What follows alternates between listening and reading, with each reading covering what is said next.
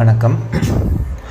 இந்த வீடியோவில் நிஃப்டி நாளைக்கு அதாவது 25th of November எப்படி மூவ் ஆகும் அப்படிங்கிற ஒரு ஸ்மால் ப்ரெடிக்ஷன் வீடியோ பார்த்துடலாம். ப்ரெடிக்ஷன் போகிறதுக்கு முன்னாடி டெய்லிலையும் ஹையர் டைம் ஃப்ரேம்லேயும் எந்த புல்லிஷ் மொமெண்டமில் போதா பேரிஷ் மொமெண்டமில் போதான்னு பார்ப்போம். நம்ம வீக்லி ரேஞ்சஸ் ஆல்ரெடி டிஃபைன் பண்ணியிருக்கோம். இந்த ரேஞ்சில் இந்த ரேஞ்சு மார்க்கெட் இன்னமும் புல்லிஷில் தான் இருக்குது. டெய்லியில் 4 ஹவர்ஸ்லேயுமே புல்லிஷ் பிரேக் ஆஃப் ஸ்ட்ரக்சர் கொடுத்து கன்சாலிடேஷனில் தான் ஓடிட்டுருக்கு, ப்ளஸ் ரீட்ரேஸ்மெண்ட்டில் ஓடிட்டுருக்கு. 1 ஹவர்லேயுமே புல்லிஷ் பிரேக் ஆஃப் ஸ்ட்ரக்சர் கொடுத்துட்டு ரீட்ரேஸ்மெண்ட்டில் தான் ஓடிட்டுருக்கு. ஸோ எல்லா விஷயத்தையும் நான் சொல்கிறது ஒரே ஒரு விஷயந்தான், இங்கே நான் நோட் பண்ணி வச்சுருக்கிறது தான். வீக்லிலையும் புல்லிஷு, டெய்லிலையும் புல்லிஷு, 4 ஹவர்ஸ்லேயும் புல்லிஷு, 1 ஹவர்லேயும் புல்லிஷ். இந்த புல்லிஷ் எப்போ பேரிஷாக மாறும், இந்த லோ பாயிண்ட் இங்கே ஃபார்ம் ஆகிருக்கு இல்லையா, 25,856.20, இந்த லோ பாயிண்ட் பிரேக் ஆகும்போது நம்மளுக்கு பேரிஷாக மாற ஆரம்பிச்சிடும். எதில் 4 ஹவர்ஸ்லேயும் 1 ஹவர்லேயும் நம்மளுக்கு பேரிஷாக 1 ஹவரில் பேரிஷாக மாற ஆரம்பிச்சிடும். 4 ஹவர்ஸும் இன்னமும் இந்த பாயிண்ட்டு கீழே.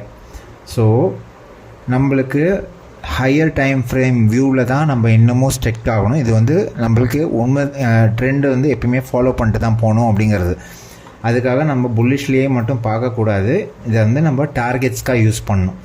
ஸோ நான் ஏன் இந்த டார்கெட்ஸ் மார்க் பண்ணியிருக்கேன்னு இப்போ உங்களுக்கு தெளிவாக தெரிஞ்சிடும். மார்க்கெட் நம்ம 15 மினிட்ஸில் குயிக்காக முடிச்சிடலாம் நாளைக்கு எப்படி மூவ் ஆகும் அப்படிங்கிறது.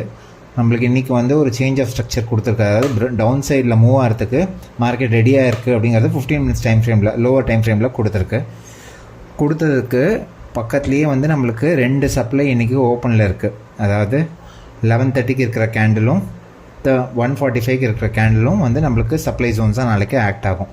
ஸோ இது எதுக்கு நம்ம மார்க் பண்ணியிருக்கோம், சப்போஸ் நாளைக்கு மார்க்கெட் ஃப்ளாட்டாவோ இல்லை ஸ்மால் கேப்பப்பாக ஃபார்ம் பண்ணிட்டு போகிறாங்க, மேலே போகிறாங்கன்னா, இந்த சப்ளைலேருந்து எனக்கு ரிஜெக்ஷன்ஸ் கிடச்சிச்சின்னா நான் இந்த பாயிண்ட் நம்ம மார்க் பண்ணியிருக்கோம் இல்லைங்களா, 25,856.85, அது வரைக்கும் தாராளமாக நம்ம எடுத்துகிட்டு போகலாம் டார்கெட்டை.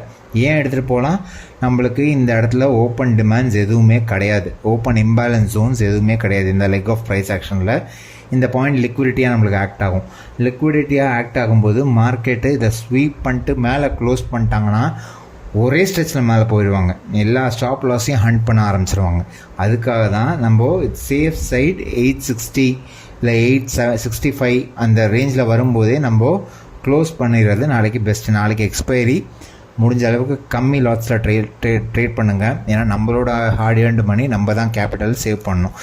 இது ட்ரேட் நம்பர் 1. சப்போஸ் இந்த ட்ரேடு இந்த கன்ஃபர்மேஷன் இங்கே கிடைக்கல, நம்மளுக்கு இங்கே கிடச்சிச்சினாலும் நம்ம புட்டுக்கு தான் ட்ரை பண்ண போகிறோம்.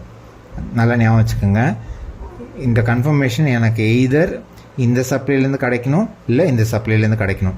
ஸோ சப்ளைலேருந்து நம்மளுக்கு கன்ஃபர்மேஷன் எப்போ கிடைக்கும், நம்ம 1 மினிட் ஆர் 2 மினிட்ஸ் டைம் ஃப்ரேமில் சேஞ்ச் ஆஃப் ஸ்ட்ரக்சர் மறுபடியும் கிடைக்குதா, புல்லிஷில் மூவ் ஆகிட்டு திருப்பி பேரிஷ்க்கு மாறுதா அப்படின்னு பார்க்கணும். இன்றைக்கி நடந்த மாதிரியே தான். இன்றைக்கி என்ன நடந்துச்சு, பேரிஷ்க்கு மாறிட்டு திருப்பி ரீட்ரேஸ்மெண்ட்டில் நம்ம போட்டு இறங்கினோம். நம்ம ட்ரேடிங் ரீகேப் வீடியோஸ் நீங்கள் போய் பார்த்துருந்தீங்கன்னா தெரிஞ்சிருக்கும் நான் என்ன எக்ஸ்பிளைன் பண்ணுறேன் அப்படிங்கிறது. இது scenario number 1. Market flat to small கேப்பப்பில் தான் வேணும். ரொம்ப பெரிய கேப்பப்பில் ஓப்பன் பண்ணாங்கன்னா மார்க்கெட் எங்கே போவாங்கன்னே தெரியாது. ஸோ இதுக்கு மேலே இந்த சப்ளைக்கு மேலே இப்படியே உடச்சிட்டு போனாங்கன்னா மார்க்கெட் எவ்வளோ தூரம் போவாங்க, ரேஞ்ச் பவுண்டாக போவாங்களா, கன்சாலிடேஷன் ஃபேஸில் போவாங்களா, ஒரே தரையாக மேலே போவாங்களா சொல்ல முடியாது. ஏன்னா இங்கே எதுவுமே டிமாண்ட்ஸ் கிடையாது. புரிஞ்சுக்குங்க, மார்க்கெட் டவுன் ட்ரெண்டில் போயிட்டுருக்கும்போது நம்ம டிமாண்ட்லேருந்து தான் வாங்கணும், சப்ளைலேருந்து தான் விற்கணும். இதுதான் நம்மளோட ரூல். அதை விட்டுட்டு பிளைண்டாக ட்ரேட் பண்ணவே கூடாது.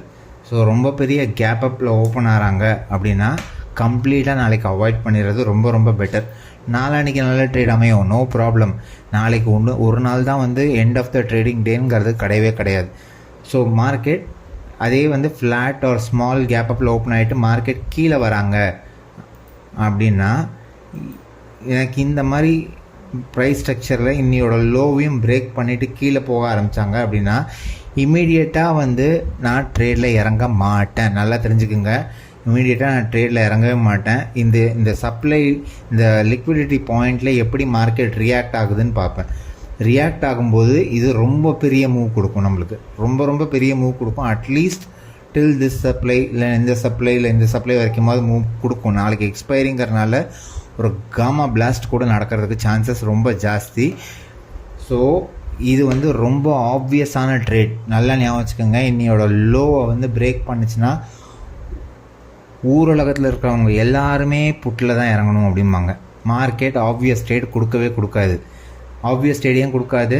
எப்பயுமே இன்னொரு விஷயம் என்னென்னா, லிக்விடிட்டியை இந்த பாயிண்ட்டையும் பிரேக் ஆகிடுச்சு, இந்த பாயிண்ட்டையும் பிரேக் ஆகிடுச்சு. புட்டில் இறங்கி இன்றைக்கி 1000 பாயிண்ட் கீழே போயிடும் மார்க்கெட்டு. என்ன பண்ணும் மார்க்கெட்டு? இந்த டிமாண்ட்லேருந்து ரியாக்ட் பண்ணி ஒரு ரியாக்ஷன் கொடுத்துட்டு மார்க்கெட் இப்போ என்ன ஆகும்? இந்த லிக்விடிட்டியை பிரேக் ஆகிடுச்சு, புட்டு இறங்குவாங்க. இங்கேருந்து ஒரு ரிவர்ஸ் நடக்கும்போது என்ன ஆகும்? இவங்களோட புட்டில் இறங்கினவங்களோட ஸ்டாப் லாஸ் ஹண்ட் ஆகும். அதுக்கப்புறமா திருப்பி ஒரு ரிவர்ஸ் நடக்கும்போது என்ன ஆகும்? கால் இறங்கினவங்களோட ஸ்டாப் லாஸ் ஹண்ட் ஆகும். மார்க்கெட் அப்புறமா நம்மளோட டைரக்ஷனில் போகும். இப்படி தான் லிக்விடிட்டி ஹண்டிங் நடக்கும். லிக்விடிட்டி ஹண்டிங்லேருந்து நம்ம தள்ளி இருக்கிறது எவ்வளவோ நல்லது. இதை புரிஞ்சுட்டு நம்ம ட்ரேட் பண்ணுறது இன்னமும் ரொம்ப நல்லது. ஸோ இது உங்களுக்கு இன்னும் புரியலைன்னா தயவு செஞ்சு நாளைக்கு மார்க்கெட் மேலேருந்து கீழே வரும்போது அவசரப்பட்டு இறங்காதீங்க. இந்த பாயிண்டில் நம்மளுக்கு கன்ஃபர்மேஷன் கிடச்சிச்சின்னா தாராளமாக இறங்கலாம். இந்த பாயிண்ட்லேருந்தே நம்மளுக்கு ரியாக்ஷன் கொடுத்துச்சுன்னா நான் இறங்க மாட்டேன். எனக்கு இங்கே டிமாண்ட்லேருந்து எனக்கு ரியாக்ஷன் கொடுக்கணும். அப்போ தான் வந்து இன்னும் மோர் சூப்பர் ட்ரேடாக அமையும். ஸோ ரொம்ப simple video. Market flat or small gap up மேலே போய் இந்த சப்ளை ஆர் இந்த சப்ளைலேருந்து ரியாக்ட் பண்ணாங்கன்னா புட்டில் இறங்குவேன். Market flat to small gap up இல்லை ஸ்மால் கேப் டவுனில் ஓப்பன் ஆகிட்டு கூட கீழே வர ஆரம்பித்தாங்கன்னா இந்த டிமாண்ட்லேருந்து எனக்கு ரியாக்ஷன் கிடச்சிச்சின்னா நான் கால் இறங்குவேன். அவ்வளோதான். வீடியோ ரொம்ப சிம்பிளாக வைக்கிறேன். வீடியோ பிடிச்சிருந்துச்சுன்னா லைக் பண்ணுங்கள், கமெண்ட் பண்ணுங்கள், ஷேர் பண்ணுங்கள். Thank you very much.